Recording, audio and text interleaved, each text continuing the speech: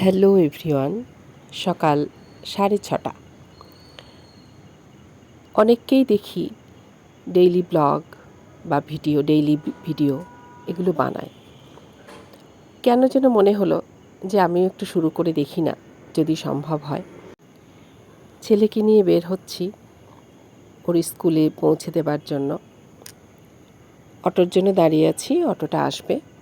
আর এখানে দেখি একটা তক্তার উপরে দুটো বেড়াল, একটা মা বেড়াল, একটা ছানা বেড়াল, দুজনে কি সুন্দর বসে আছে। একটু যেই নড়াচড়া করছে, বেশ দোল খাওয়ার মতো হচ্ছে। আমার বেশ ভালোই লাগলো দেখে। আর আকাশে অনেকটা মেঘ আছে।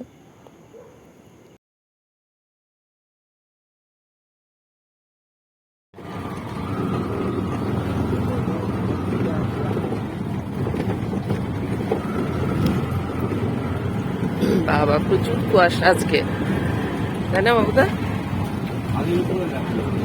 প্রচুর কুয়াশা। এরপরে আবার একটু ঠান্ডা পড়বে। এত ফ্লাকচুয়েট করছে।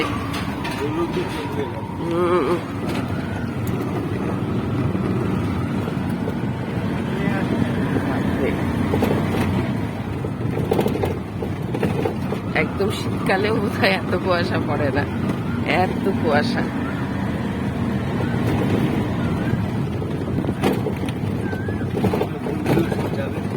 হ্যাঁ, 6:45 বাজে মনেই হচ্ছে না।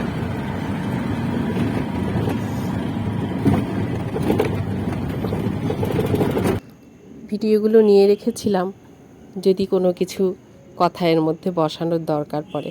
তবে আমি খুব খুঁজছিলাম কুল গাছগুলো। ওখানে অনেকগুলো কুল গাছ আছে, যে কুল গাছে প্রচুর কুল ধরে আছে। কিন্তু আজকে কুলগুলো চোখে পড়লো অনেক পরে, আর কুয়াশাতে অনেক গাছই আমি দেখতে পাচ্ছিলাম না। এদিকে আমের গাছগুলোতে দেখছিলাম প্রচুর মুকুল এসছে এবার। জানি না ফলটা কতটা হবে, বা ফল অনেক হলেও মার্কেট দর, বাজার দর যে কতটা থাকবে সেটাও ঠিক জানি না। তো পুরোটাই কুয়াশার মধ্যে দিয়ে আজকে স্কুলে গেছি। আশেপাশের যে জমিগুলো ছিল তার ফসলগুলো ভালো করে দেখাই যাচ্ছিল না।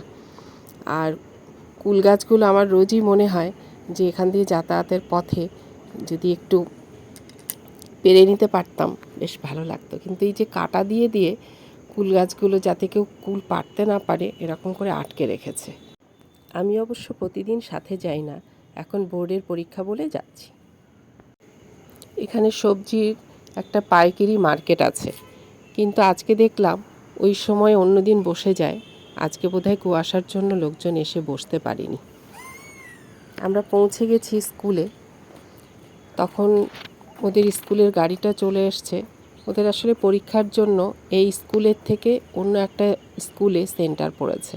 তো স্কুলটা অনেকটা দূর, তো ওদের স্কুল নিজেদের দায়িত্ব নিয়ে বাচ্চাগুলোকে নিয়ে যাচ্ছে। কিন্তু আমাদের দায়িত্ব হলো স্কুল পর্যন্ত বাচ্চাকে পৌঁছে দিয়ে আসা।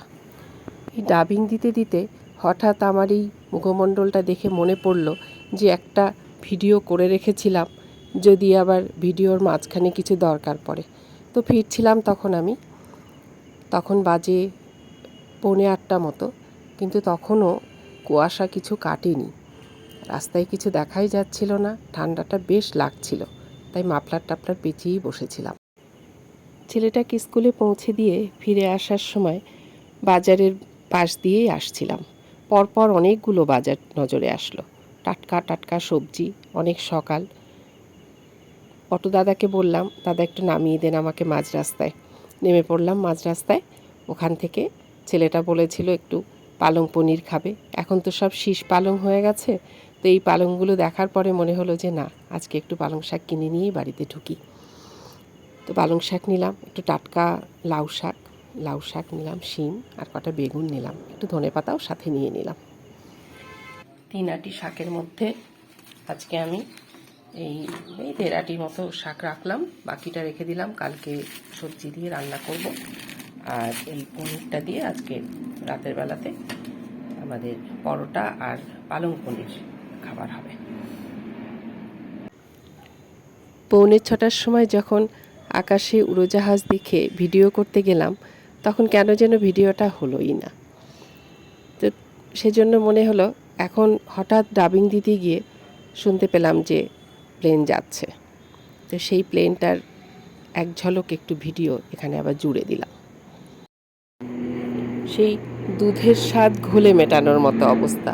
এই যে এখন ডাবিং দিচ্ছি, এখন আবার আরেকটা প্লেন দিব্যি উড়ে যাচ্ছে। তখন আমি ভিডিও করতে চাইলাম, যখন সন্ধ্যাবেলা এলাম, তো তখন কিভাবে যেন ভিডিওটা হয়নি। তাই মনে হলো যে এখন একটু ভিডিওটা দেখাই, মাঝখানে জুড়ে দিই।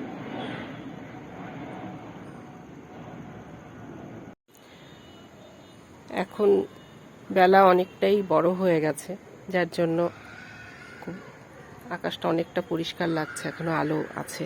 আরও কয়েকটা দিন আগেও এই আলোটা পাওয়া যেত না। আর জামা কাপড় তুলতে আসলাম, তো মনে হলো যে একটু ছাদে ঘোরাঘুরি করি। বাহ, এই ফুলটা খুব ভালো ফুটেছে। গাছটা কয়েক মাস আগে এনেছিলাম, করবি। এটা ঠিক হলুদ তো না, লাইট একটা ইয়েলো শেড আছে, আর হালকা ঘিয়ের মধ্যে। তো প্রথমে ফুল পেয়েছিলাম, তারপরে ফুলটা আবার ভালোই ফুটেছে। পাশে এইটা হলো ফার্স্ট লাভ। ফুলটার একটা অদ্ভুত নামের সাথে কি সংযোগ আছে জানি না। ফুলটা টেকসই খুব কম, খুব অল্প সময়ের মধ্যেই ফুলটা ঝরে যায়। বুঝলাম না যে এমন একটা নামকরণই বা কেমন হলো। আবহাওয়াটা ভালো লাগছে, বেশ একটু বাতাস, বেশ ভালো লাগছে। কখনো কখনো ওই পাখিটার মতো একা একা সময় কাটাতেও ভালো লাগে। তো সেই একা সময় কাটাচ্ছি। এই পাশে এই যে মাধবীলতা গাছটা, এইটা এই ফেব্রুয়ারি এই মার্চের মধ্যে এটাতে অনেক ফুল ফুটবে। গাছটা আর কদিন আগেই একদম দেখে মনে হচ্ছিল যে গাছের বোধহয় আর অস্তিত্বই নেই, নষ্ট হয়ে গেছে। কিন্তু গাছটা এখন আবার সুন্দর কচি কচি পাতা এসছে, আর এই পাতার মাঝখান থেকে এখান থেকে এই কুড়িগুলো আসবে। এই জাস্ট কয়েকটা দিনের মধ্যেই কুড়ি চলে আসবে, সারা গাছ ভর্তি থাকবে ফুলে।